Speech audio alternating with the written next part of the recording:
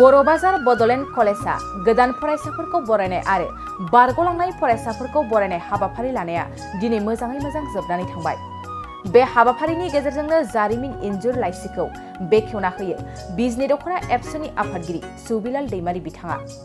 लोगोसे दिनैनि हाबाफारिखौ बेखेवना होयो बिटिआर हाग्रा बिफाननि इएम रन्जित बसुमतारी, लोगोसे गाहाय आलासि महरै बाहागो लाना बिबुंथि लाखियो मसुलपुर कलेजनि गोरायुं प्रियनाथ बसुमतारी बिथाङा आरो बाहागो लाबावो एबसुनि बारग' बुंथिगिरि पनिन बर'बाजार बड'लेण्ड सोलोंसालिमानि गोरायुं धनन्जय बसुमतारीजों लोगोसे गासै फोरोंगिरि आरो फरायसाफ्रा। दिनैनि बे हाबाफारिनि गेजेरजोंनो मावफुं सोद्रोमा रन्जित बसुमतारी बिथाङा फरायसा आरो सोलोंथाइ बिथिंजों गोरोबहोनानै इयुन जोलै दानाय बाथ्राखौ लानानै गुवारै बिबुंथि होयो।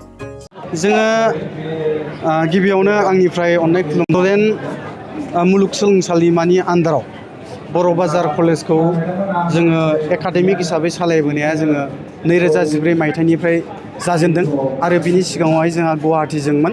दा बड'लेण्ड इउनिभार्सिटिनि आन्दारावहाय जोङो जि गथ'फोरखौ प्रडाक्ट खालामनो हादों बियो बहुत मोजां रिजाल्टआनो खालामनो हादों।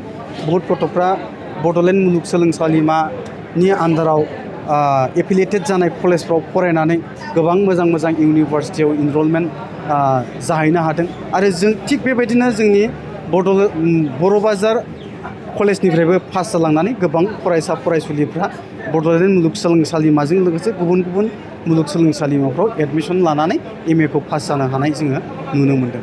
देग्लाय बोसोराव फोरनियाथ' सबसे साबसिन होननानै बुंजायो जोङो 98%आ जोंना फार्स्ट डिभिजन हल्डार्स। बिनि गेजेरावहाय सानैसोआ जोंना अनार्स गैयामोन। दा बेखायनो बेयाव जोङो जि दिनैनि मान बिलाइ साइटेसन बावनाय हाबाफारि बेयाव जों नामखौ मुंख'नाय जायाखै। बिनि गेजेराव मोनसे गोजोनथाव खौराङा बेनो बर'बाजार कलेजनिफ्राय जि फरायसुला फरायसुलि बिथांमोना पास जालांदों बिजनि कलेजाव सबसे बांसिन अनजिमानि एडमिसन लानो हानाय फरायसा फरायसुलिफ्रा बर'बाजार कलेजनिया। जोंनियावथ' बारा बुरजा बिदि गभर्नमेन्ट कलेजनि बायदि 500-600 होनलायनाय जाया। जोंनियाव देग्लाय 200नि खाथियाव एप्रक्सिमेट 200 आरो। सेरफांगुरियाव बाजाज बाइक लानो गोसो गुदुं सुबुंफोरनि थाखाय गाहाम खौरां। सेरफांगुरियाव थानाय पंका एन्टारप्राइज बाजाज श'रुमआ फैगौ 25 सेप्तेम्बरनिफ्राय 25 सेप्तेम्बरसिम मेगा लन काम एक्सचेन्ज मेला खुंफुंगोन।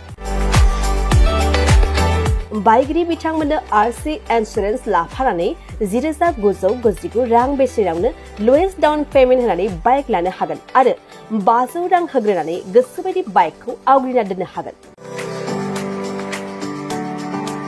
नोंथांमोना सेरफांगुरियाव थानाय पंका एन्टारप्राइज बाजाज श'रुमजों लोगोसे कसुगाव फेस्टिभ आउटलेट आरो सराइबिल फेस्टिभ आउटलेट ब्रान्च श'रुमावबो खुंफुंजानाय मेगा लन काम एक्सचेन्ज मेलायाव फैनानै नोंथांनि लुबैनाय बाजाजनि बाइकखौ लांफैनो हागोन। पंका एन्टारप्राइज बाजाज श'रुमआ लोगोसे मोजां अफार लाफादेरदों। 5 लिटार पेट्रल फ्रि, गंनि हेलमेट फ्रि, केस होनानै बाइक बायगिरिफोरनो 2,000 रां केशबेक हरफिननाय जागोन आरो मेगा लन काम एक्सचेन्ज मेलायाव बाइक बायगिरिफोरनो 1 बोसोरनि थाखाय 2 खेब फ्रि वाशिं होनाय जागोन। आबुङै मिन्थिबावनो थाखाय 6003817191 9101547892 आरो 9101598021 जानबुं नम्बराव खौरां लाहरनो हागोन।